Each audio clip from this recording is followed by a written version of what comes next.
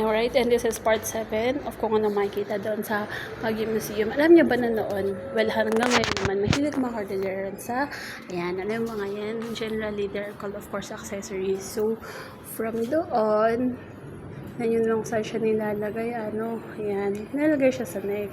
May mga ibig sabihin nga na kung sino lang din ang mga pwedeng magsuot niyan. So, syempre, ito ay already earrings. Ito naman ay sa necklace o ng accessories, diba? So, ito, necklace ng beads. Ito naman, may certain arm choker. So, dito siya. Ito naman, mother of pearl. Grabe. Akala nyo, hindi lang yan plastic or what, no? Totoo po ang mga yan. Kita nyo. Meron siyang iba't ibang mga ginagamit. So, tingnan nyo na lang ito. Hat. Feared by eldermen. Ito naman pango. I think this is to be used by the chieftain. Siguro ganyan mga leader of the tribe. We also have the dung. Yan. Okay. Lahat po yan makikita nyo. Promise. They are all original. Lahat ng mga beads na yan kung saan nila nakuha.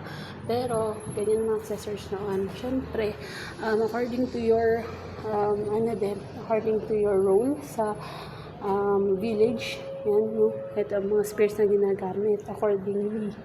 Yan. You can see that these are the spears of the siguro mga soldiers, ganyan, na ginagamit noong unang panahon. Ay, grabe, ang ganda, no? I think may mga pagkakapareho internationally. Katulad nito, I think na-feature na to somewhere na merong ganitong spear na ginamit sa China. Mga ganito din. Pero, iba't ibang klase din yung pagkagamit o art nila. Yan. Ito naman, different types of shields. Grabe, diba? Baka kalasag to. Kalasag. So, dito sa Cordillera, hindi yung makita ng school na siya ba ito, itsura. Usually, ganyan talaga. Hindi noon, ganyan talaga, no?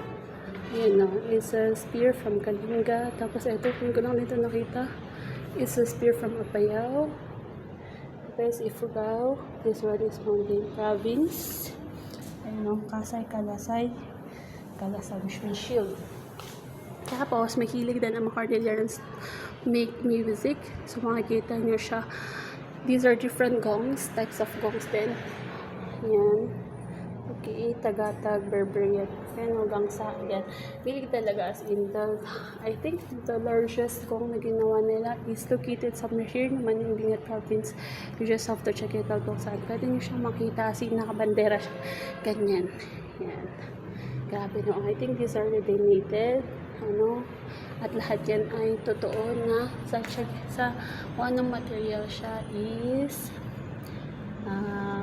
tingnan natin kung saan siya nakasulat. Is yung sagong. Yan. It's made of mixture of copper and gold. So tunay yan, as in tunay. Copper and gold yan. Nowadays, tin copper and iron are used. Okay. So big comb. So it goes with the different sizes, hierarchy of the Kalinga gongs. So the biggest comb, so nakita nyo kanina, medyo smallest yun nasa top, tapos to pinakamalaki. Yan, hierarchy. Nakatawa. Yan.